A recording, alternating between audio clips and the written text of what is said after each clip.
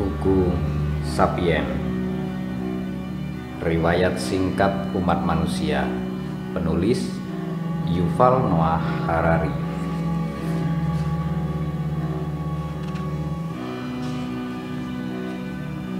Bagian 1. Revolusi kognitif. Di sini ada sebuah cap tangan yang dibuat sekitar 30.000 tahun silam di dinding gua Chauvet, Pont de Arche di Prancis Selatan. Ada yang mencoba mengatakan, "Aku pernah di sini." Seperti ini cap tangannya.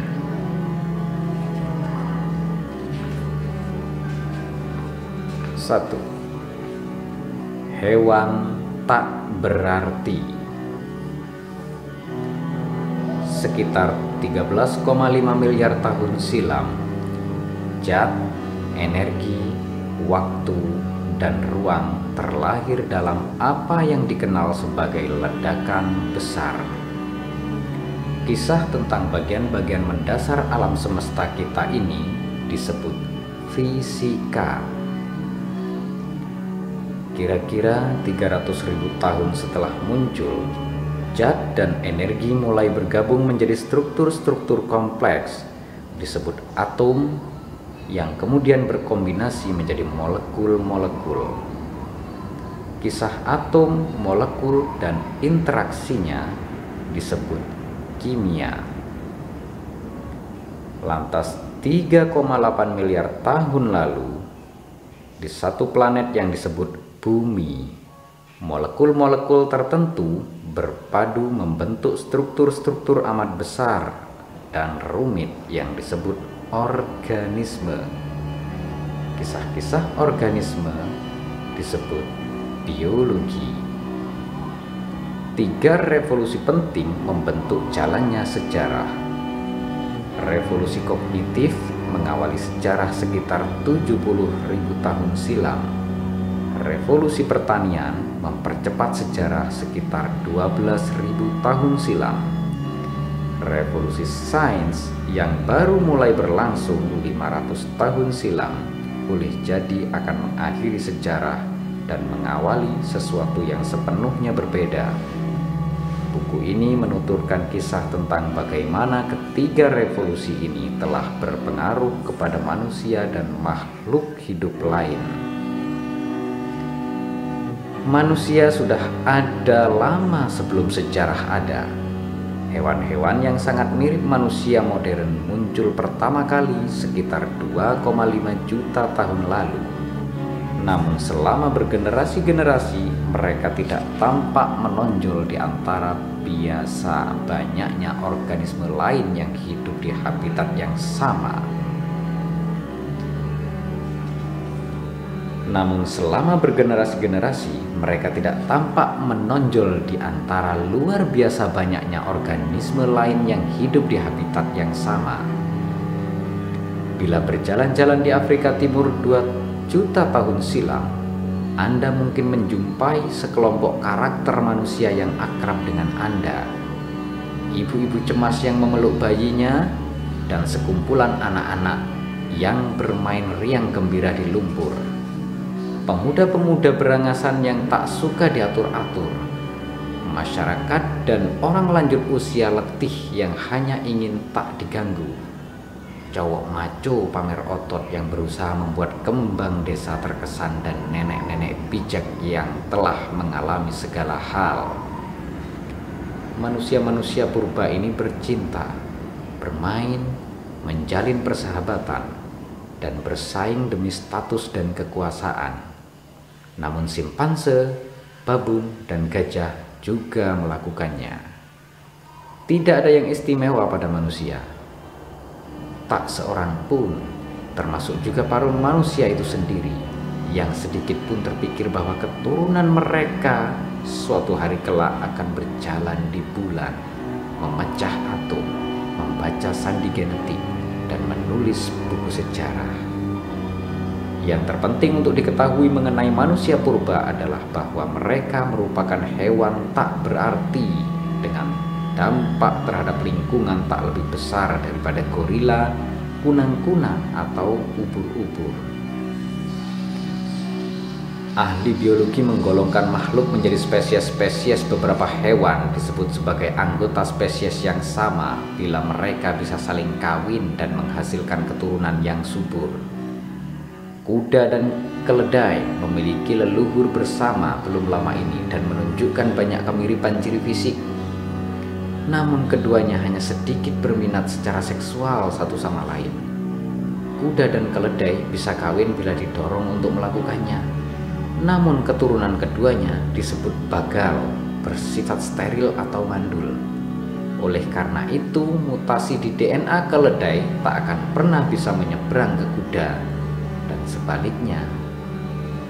Maka kedua tipe hewan itu dianggap dua spesies berbeda yang menjalani jalur-jalur evolusi berbeda.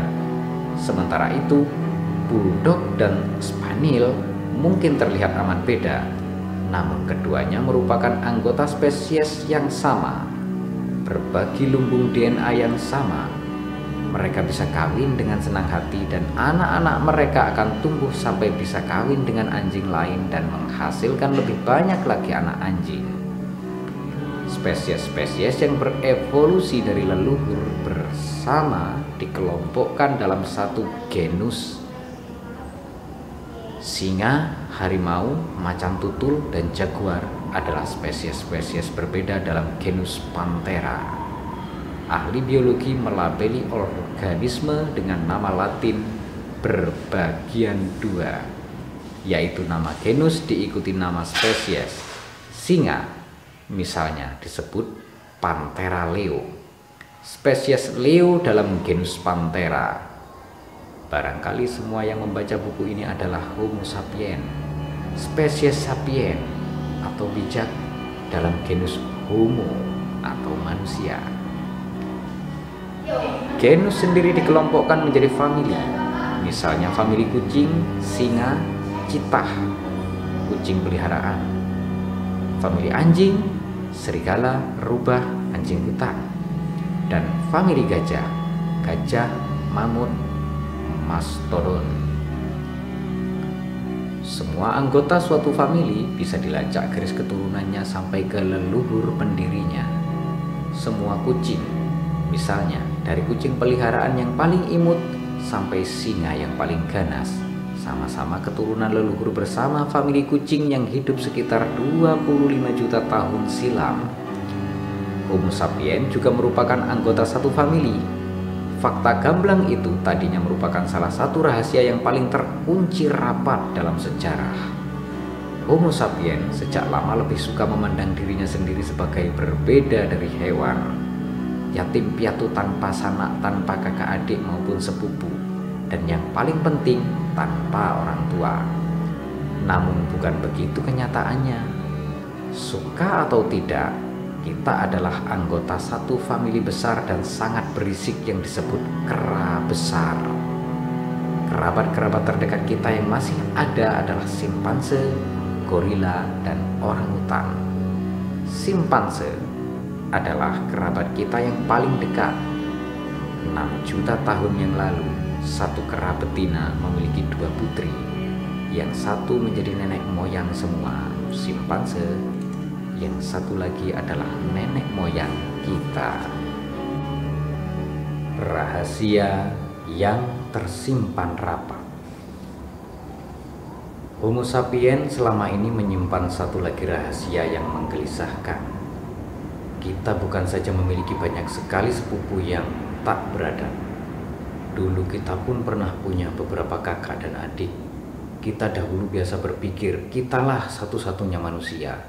Karena selama 10.000 tahun terakhir, memang spesies kitalah satu-satunya spesies manusia yang ada. Namun makna kata manusia yang sebenarnya adalah hewan yang merupakan anggota genus Homo. Dan pernah ada banyak spesies lain dalam genus ini selain Homo sapiens. Selain itu, seperti yang akan kita lihat di bab terakhir buku ini, pada masa depan yang tidak lama lagi datang, kita mungkin harus kembali berurusan dengan manusia-manusia non-sapien.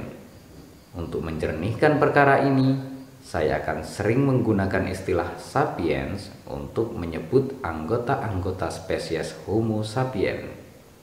Sementara istilah manusia saya gunakan untuk mengacu kepada semua makhluk hidup yang sekarang dimasukkan dalam genus Homo.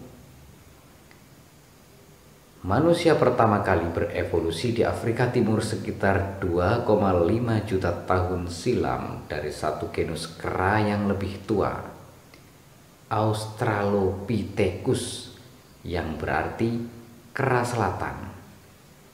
Sekitar 2 juta tahun silam, sebagian laki-laki dan perempuan purba meninggalkan tanah air mereka untuk menempuh perjalanan melalui Afrika Utara, Eropa, dan Asia, serta bermukim di wilayah-wilayah itu. Karena kelestarian di hutan bersalju Eropa Utara membutuhkan sifat-sifat yang berbeda dengan yang dibutuhkan untuk bertahan hidup di rimba sumuk Indonesia, populasi-populasi manusia pun berevolusi ke arah berbeda-beda. Hasilnya adalah beberapa spesies berbeda yang masing-masing diberi nama Latin yang gaya oleh ilmuwan. Manusia di Eropa dan Asia Barat berevolusi menjadi Homo neanderthalensis, yaitu manusia dari lembah Neander, yang populer disebut Neanderthal. Neanderthal saja. Neanderthal yang lebih gempal dan lebih berotot lebih pada kita sapien.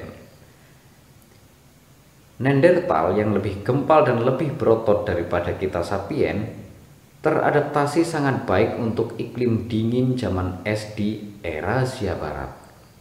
Wilayah-wilayah yang terletak lebih ke timur di Asia dihuni oleh Homo erectus, manusia tegak, yang bertahan di sana selama nyaris 2 juta tahun, menjadikannya spesies manusia yang bertahan paling lama. Rekor itu kecil kemungkinan bisa dipecahkan oleh spesies kita sendiri, Homo sapiens. Diragukan akan masih ada 1000 tahun dari sekarang. Jadi 2 juta tahun itu benar-benar tidak tergapai oleh kita. Di Pulau Jawa, di Indonesia, hidup Homo soloensis, manusia dari lembah Solo yang cocok untuk hidup di wilayah tropis.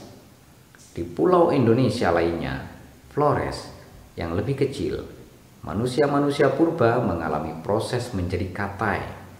Manusia pertama kali mencapai Flores ketika permukaan laut luar biasa rendah, dan pulau tersebut mudah dicapai dari benua. Ketika lautan kembali meninggi, sejumlah manusia terperangkap di pulau itu yang tidak kaya sumber daya. Manusia-manusia besar yang membutuhkan banyak makanan musnah terlebih dahulu. Kawan-kawan mereka yang berukuran lebih kecil bisa bertahan dengan lebih baik selama bergenerasi-generasi. Manusia Flores menjadi katai. Spesies unik ini dikenal oleh para ilmuwan sebagai Homo floresiensis, mencapai tinggi maksimum 1 meter saja dan berbobot tak lebih daripada 25 kg. Tetap saja mereka bisa menghasilkan perkakas batu dan bahkan terkadang berhasil memburu gajah di pulau itu, meskipun memang spesies gajahnya juga katai. Pada 2010, satu lagi saudara yang hilang ditemukan ketika para ilmuwan yang menggali gua Denisova di Siberia mendapatkan sebatang tulang jari yang memfosil. Analisis genetika membuktikan bahwa jari itu dimiliki oleh spesies manusia yang belum dikenal, yang kemudian dinamai Homo Denisova.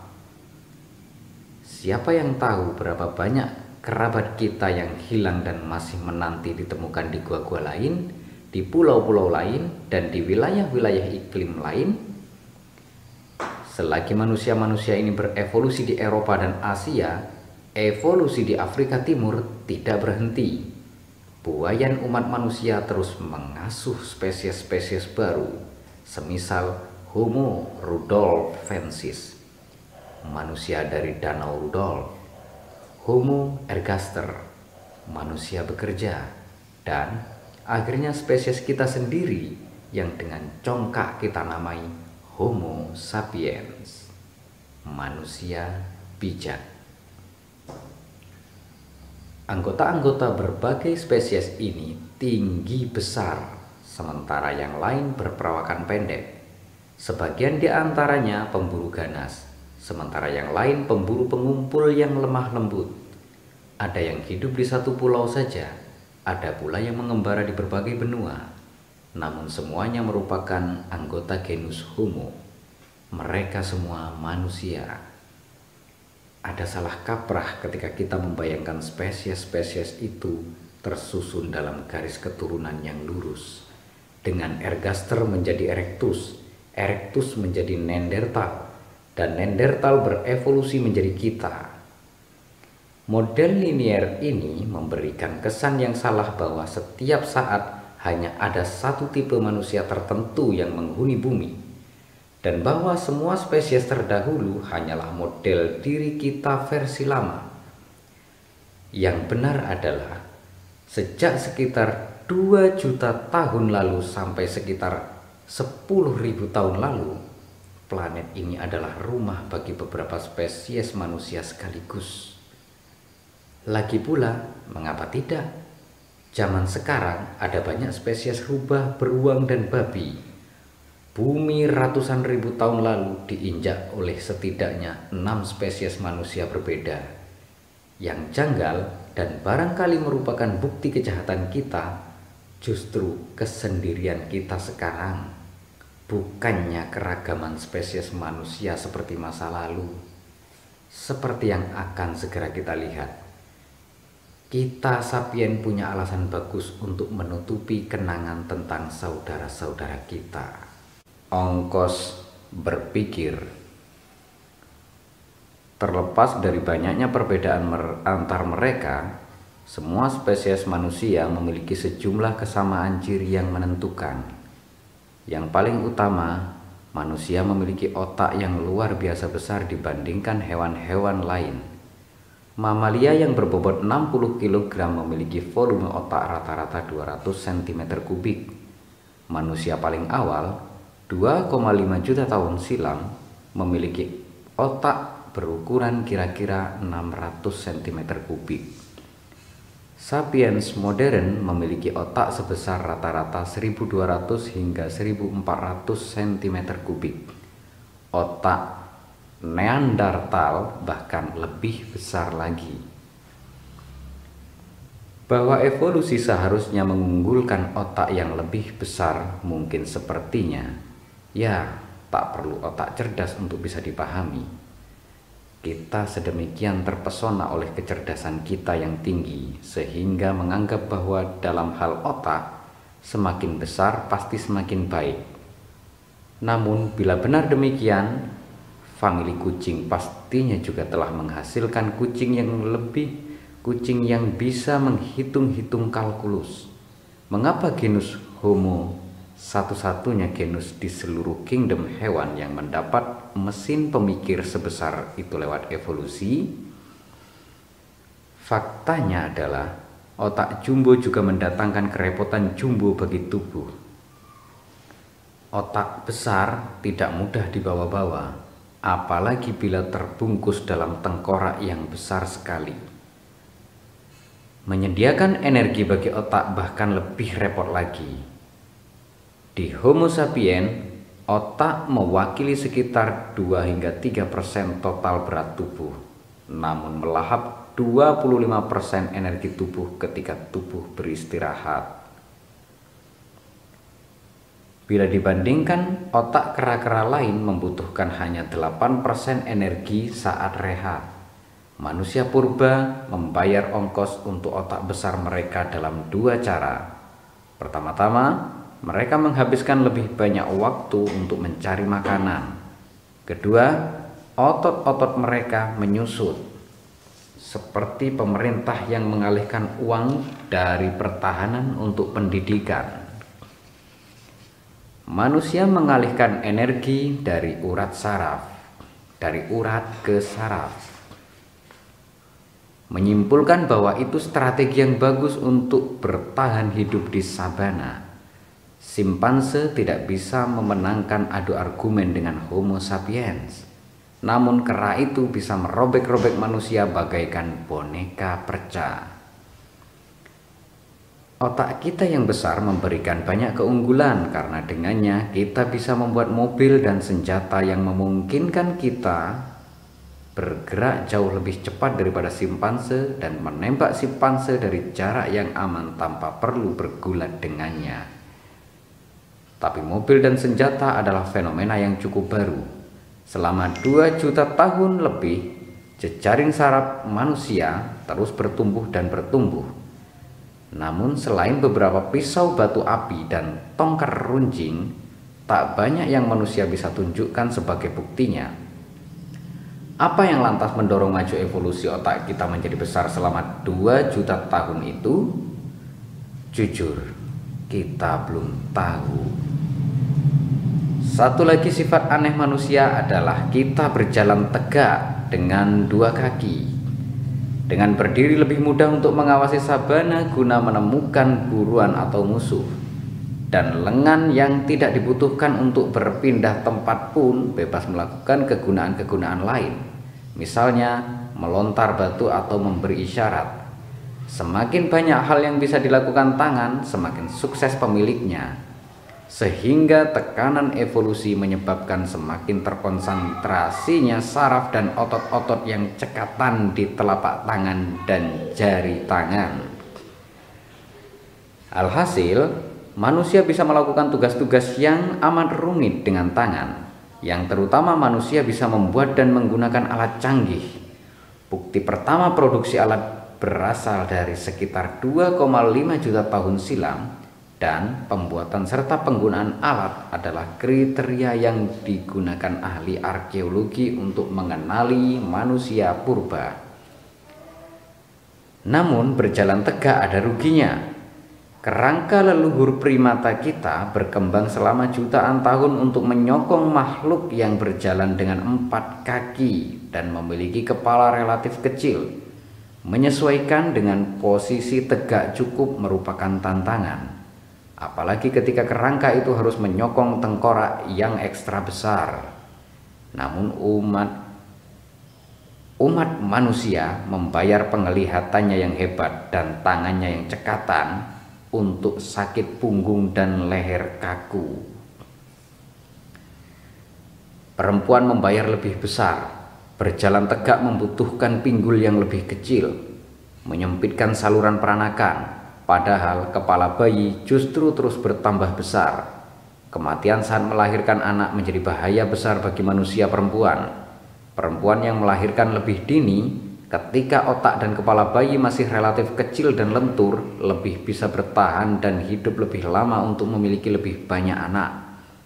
Karena itu seleksi alam mengunggulkan kelahiran yang lebih cepat. Dan memang dibandingkan hewan-hewan lain, manusia terlahir prematur. Ketika banyak sistem vitalnya belum berkembang sempurna, anak kuda bisa langsung berlari tak lama setelah lahir. Anak kucing meninggalkan ibunya untuk mencari makan sendiri ketika usianya baru beberapa minggu.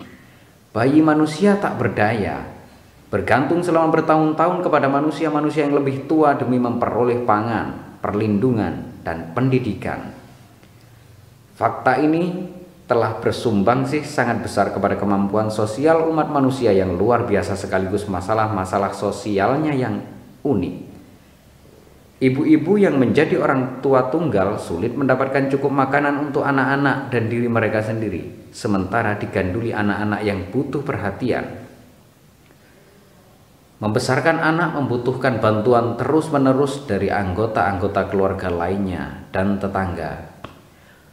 Butuh seluruh suku untuk membesarkan seorang manusia. Itu sebabnya evolusi mengunggulkan manusia-manusia yang bisa membentuk ikatan sosial yang erat.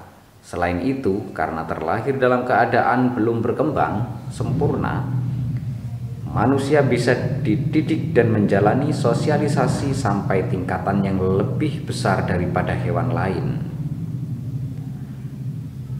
manusia bisa dididik dan menjalani sosialisasi sampai tingkatan yang jauh lebih besar daripada hewan lain. Kebanyakan mamalia muncul dari rahim bagaikan tembikar berglasir yang dikeluarkan dari tungku. Upaya apapun untuk mengubah bentuknya akan menggores atau membuatnya pecah. Manusia muncul dari rahim bagaikan gelas meleleh dari dalam tungku. Manusia bisa dipelintir, direntangkan, dan dibentuk dengan derajat kebebasan yang mengejutkan. Inilah mengapa kini kita bisa mendidik anak-anak kita untuk menjadi penganut Kristen atau agama Buddha, kapitalis atau sosialis, suka berperang atau cinta damai. Kita mengasumsikan bahwa otak yang besar, penggunaan alat, kemampuan belajar yang hebat, dan struktur-struktur sosial yang kompleks merupakan keunggulan besar. Tampaknya sudah jelas bahwa itu telah membuat umat manusia menjadi hewan paling dikdaya di bumi. Namun manusia menikmati semua keunggulan tersebut selama tak kurang daripada 2 juta tahun selagi masih berupa makhluk yang lemah dan berada di pinggiran. Dengan demikian, manusia yang hidup sejuta tahun silam meskipun memiliki otak yang besar dan alat batu yang tajam, mereka senantiasa ketakutan terhadap pemangsa, jarang mengejar hewan buruan besar, dan menyambung hidup terutama dengan mengumpulkan tumbuhan, menangkapi serangga, mengincar hewan kecil, dan melahap bangkai yang disisakan oleh hewan pemakan daging lain yang lebih dikdaya. Salah satu penggunaan paling umum alat batu purba adalah memecah tulang untuk memperoleh sumsumnya. Sejumlah peneliti percaya itulah relung asli kita di alam, seperti burung pelatuk berspesialisasi mengambil serangga dari batang pohon. Manusia-manusia pertama berspesialisasi mengambil sumsum dari tulang. Mengapa sumsum? Ya, bayangkan Anda mengamati sekawan singa menjatuhkan dan menyantap jerapah. Anda menanti dengan sabar sampai mereka selesai. Namun giliran Anda belum lagi tiba karena terlebih dulu hiena dan jakal memakan sisa-sisa yang ditinggalkan singa, dan Anda ogah mengganggu gugat mereka. Baru setelahnya Anda dan kawanan Anda berani mendekati bangkai tersebut sambil menengok-nengok cemas ke kiri dan ke kanan, sambil menyambar remah-remah yang masih bisa dimakan. Inilah kunci untuk memahami sejarah dan psikologi kita. Posisi genus Homo dalam rantai makanan sampai belum lama ini kokoh di tengah-tengah.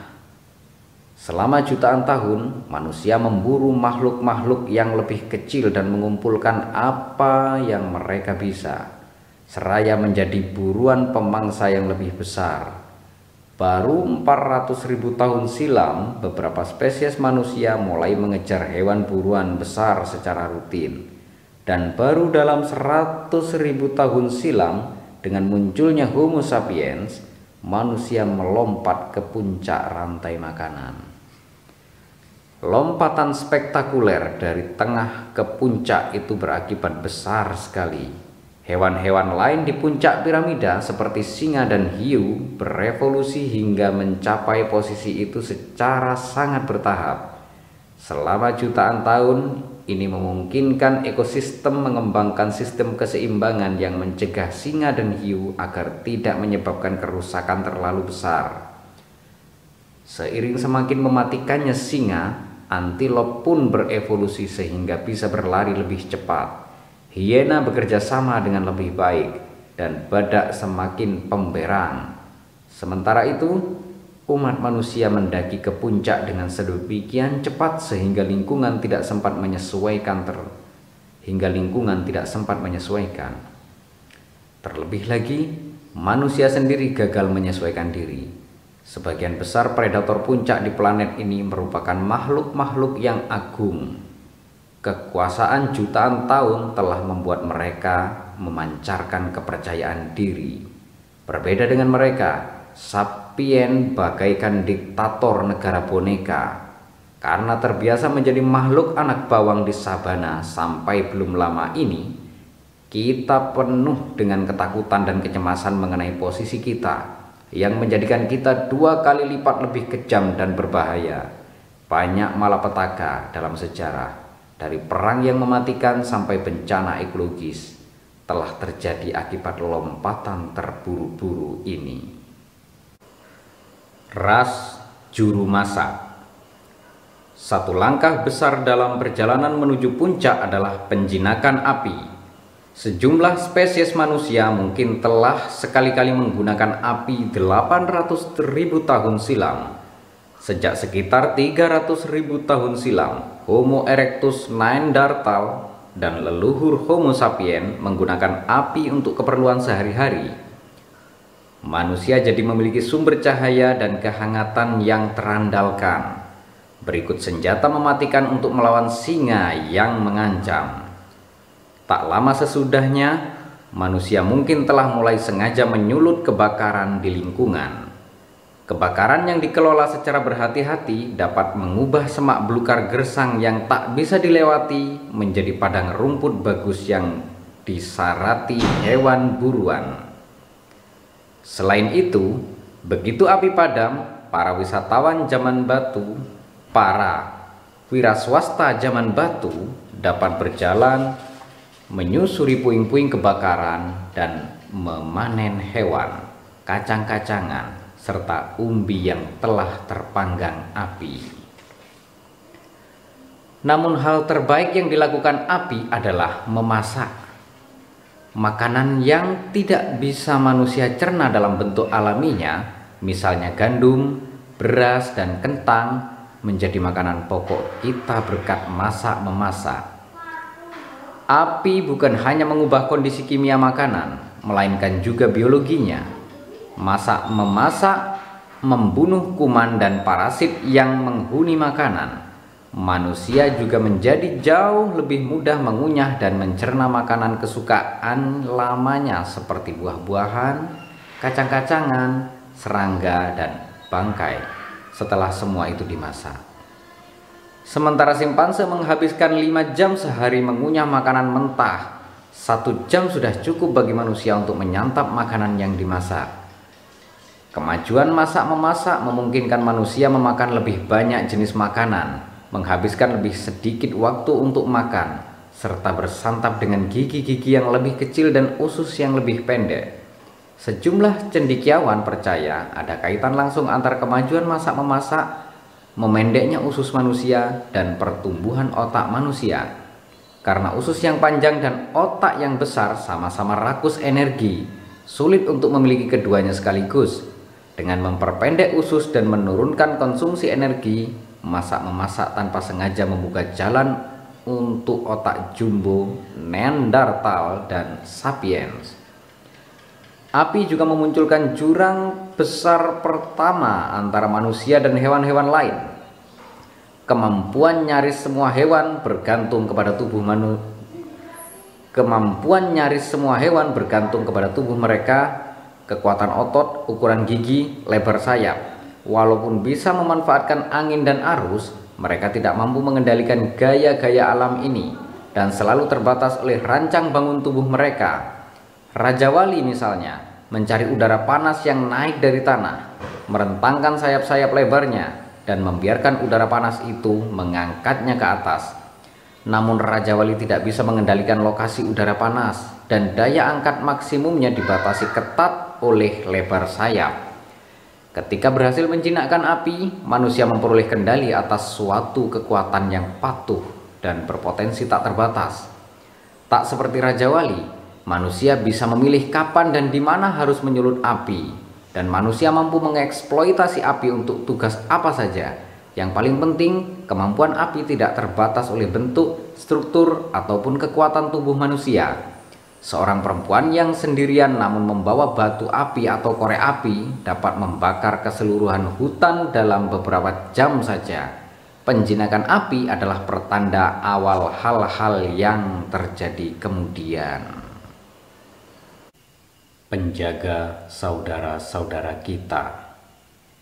Terlepas dari manfaat api, 150.000 tahun lalu manusia masih merupakan makhluk pinggiran.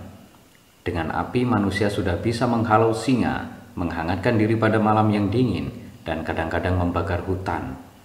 Namun kalau semua spesies diperhitungkan, tetap saja barangkali tak sampai 1 juta manusia yang hidup di antara Nusantara dan semenanjung Siberia ketika itu. Sekadar kedipan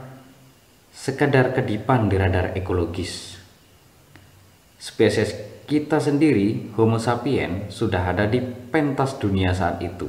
Namun sejauh itu hanya sibuk sendiri di sudutnya, di Afrika. Kita belum tahu pasti di mana dan kapan hewan-hewan yang bisa digolongkan sebagai Homo sapiens berevolusi pertama kali dari tipe manusia terdahulu.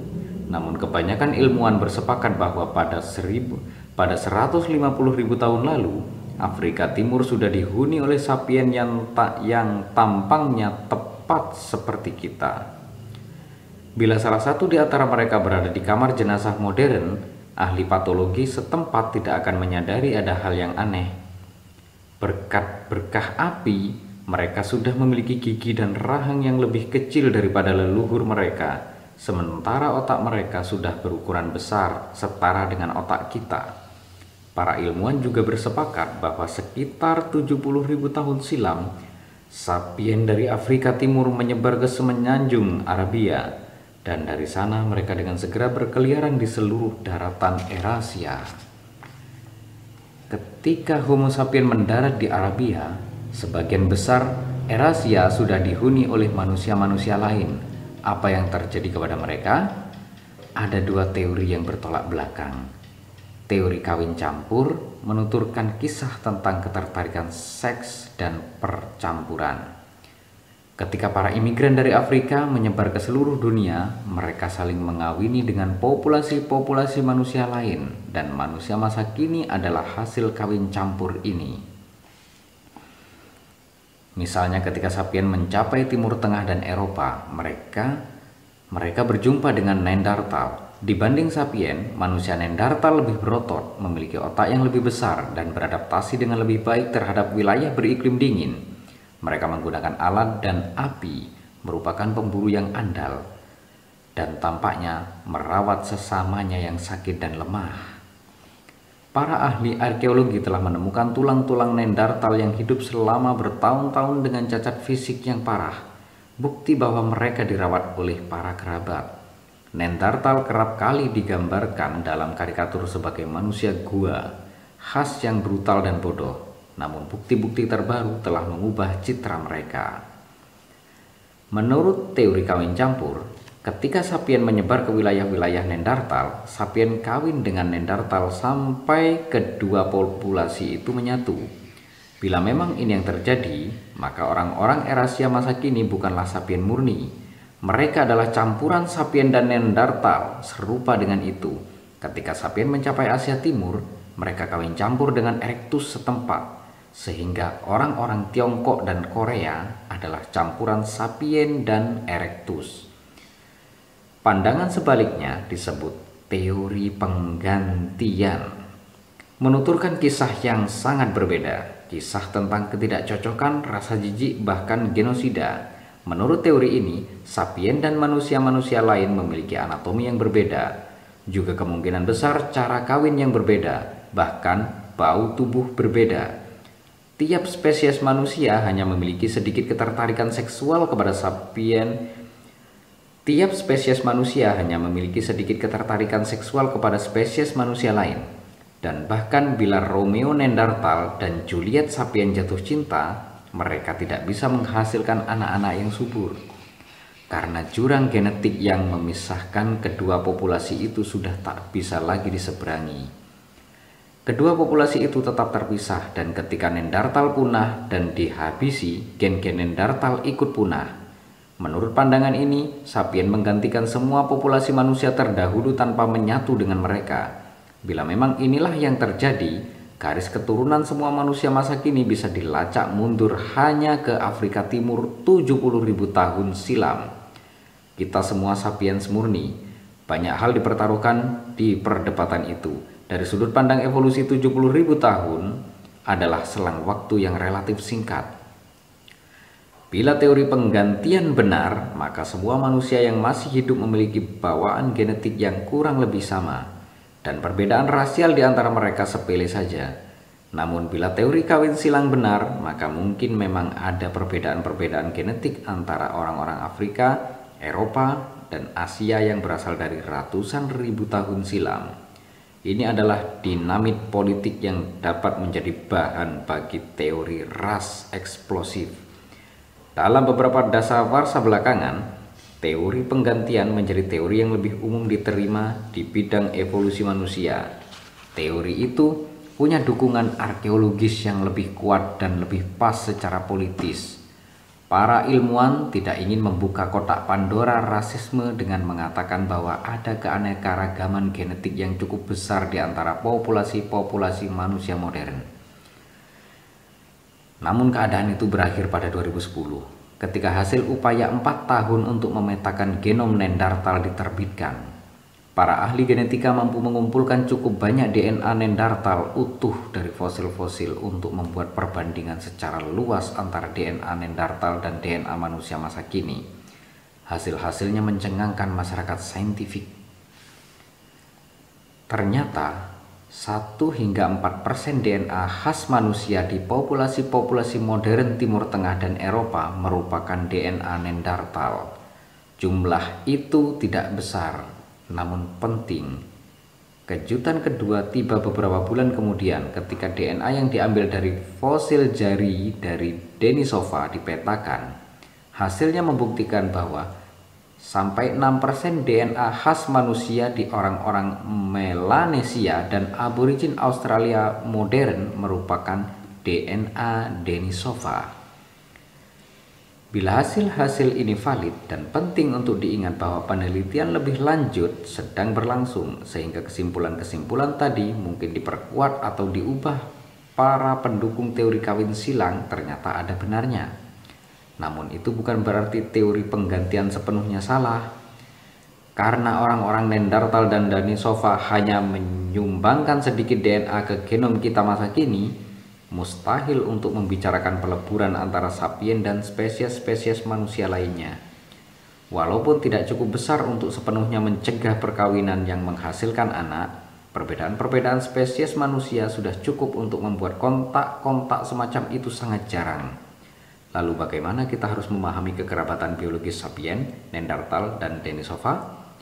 Jelaslah mereka bukan spesies-spesies yang sepenuhnya berbeda seperti kuda dan keledai. Di sini mereka bukan sekedar populasi-populasi berbeda dalam spesies yang sama, seperti bulldog dan spaniel. Kenyataan biologis tidaklah hitam dan putih. Ada juga daerah kelabu yang penting. Tiap-tiap 2 spesies yang berevolusi dari leluhur bersama, misalnya kuda dan keledai, pada satu masa merupakan 2 populasi dari spesies yang sama, seperti bulldog dan spaniel. Pastilah ada satu titik ketika kedua populasi itu sudah cukup berbeda satu sama lain, namun tetap mampu berhubungan seks dan menghasilkan keturunan yang subur. Kemudian suatu mutasi lain memutus utas penghubung terakhir ini dan mereka pun menyusuri jalan evolusi masing-masing. Tampaknya sekitar 50.000 tahun silam, sapien Neanderthal dan Denisova berada di titik perbatasan itu. Mereka nyaris, namun belum benar-benar menjadi spesies-spesies yang sepenuhnya terpisah, seperti yang akan kita lihat di bab berikutnya. Sapien sudah sangat berbeda dari Neanderthal dan Denisova, bukan hanya dari segi sandi genetik dan ciri jasmani, melainkan juga dalam hal kemampuan kognitif dan sosial. Namun tampaknya masih tetap mungkin dalam kesempatan yang jarang ada bagi seorang sapien dan seorang Neanderthal untuk menghasilkan keturunan yang subur. Maka populasi-populasi itu tidak melebur, namun segelintir gen Neanderthal yang mujur ikut menumpang kereta ekspres sapien. Menggelisahkan dan barangkali menegangkan untuk memikirkan bahwa pernah ada suatu masa ketika kita sapien bisa berhubungan seks dengan hewan dari spesies lain dan menghasilkan anak bersama-sama. Namun bila Neanderthal, Denisova, dan spesies-spesies manusia lain tidak melebur dengan sapien, mengapa mereka musnah? Salah satu kemungkinannya adalah Homo sapien mendorong mereka menuju kepunahan. Bayangkan sekawanan sapien mencapai lembah Balkan di mana Neanderthal telah hidup selama ratusan ribu tahun. Para pendatang baru mulai memburu rusa dan mengumpulkan kacang-kacangan dan buah beri yang merupakan makanan pokok tradisional Neanderthal. Sapien merupakan pemburu dan pengumpul yang lebih andal, berkat teknologi yang lebih baik dan keterampilan sosial yang lebih hebat, sehingga mereka pun beranak pinak dan menyebar. Orang-orang Neanderthal yang kalah cerdik semakin kesulitan mencukupi kebutuhan makannya. Populasi mereka menyusut dan lama-kelamaan tumpas, kecuali barangkali satu atau dua anggotanya yang bergabung dengan sapiens tetangga. Kemungkinan lain adalah persaingan memperebutkan sumber daya menjadi sedemikian sengit sampai-sampai melibatkan kekejaman dan genosida. Toleransi bukan ciri khas sapien. Pada zaman modern, sedikit perbedaan kecil dalam hal warna kulit, logat, atau agama sudah cukup untuk memicu sekelompok sapien untuk berupaya memusnahkan kelompok yang lain. Apakah kiranya sapien purba lebih toleran kepada sapiens manusia yang sepenuhnya berbeda?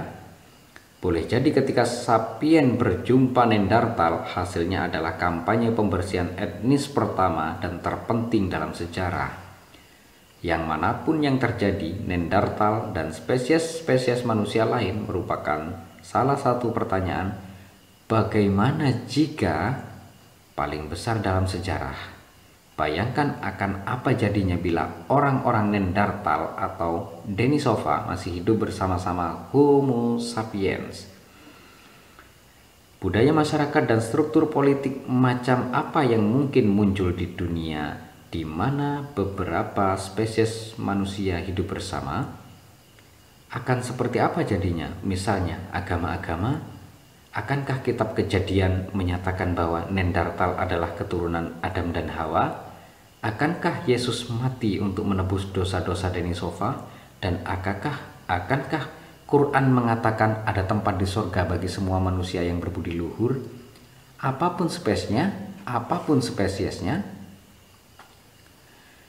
akankah Neanderthal bisa mengabdi dalam legiun-legiun Romawi atau dalam birokrasi jelimet kekaisaran Tiongkok?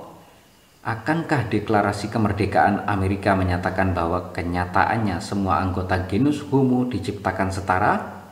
Akankah Karl Marx menyeru agar kaum pekerja dari semua spesies bersatu? Selama 10.000 tahun belakangan, Homo sapiens telah terbiasa menjadi satu-satunya spesies manusia sehingga susah bagi kita untuk membayangkan kemungkinan lain apapun. Ketiadaan saudara-saudari kita menjadikan kita lebih mudah membayangkan bahwa kita adalah puncak penciptaan dan bahwa ada jurang yang memisahkan kita dari anggota-anggota kingdom hewan lainnya.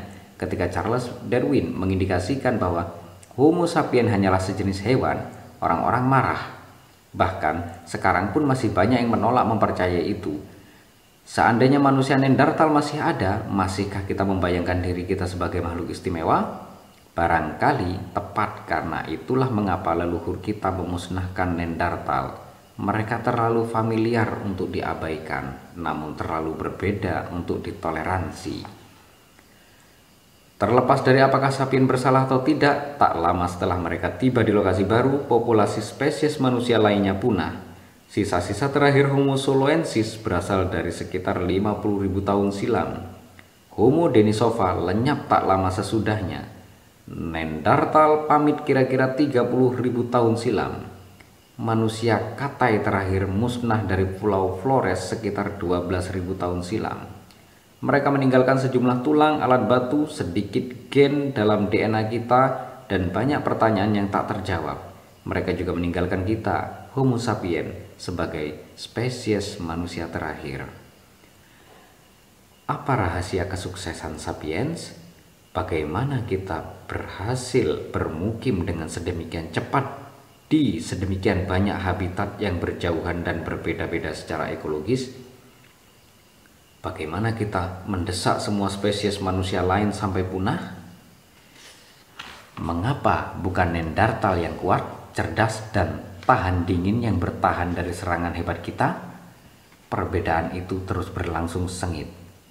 Perdebatan itu terus berlangsung sengit. Jawaban yang paling mungkin adalah hal yang memungkinkan perdebatan itu sendiri. Homo sapien menaklukkan dunia terutama berkat bahasanya yang unik.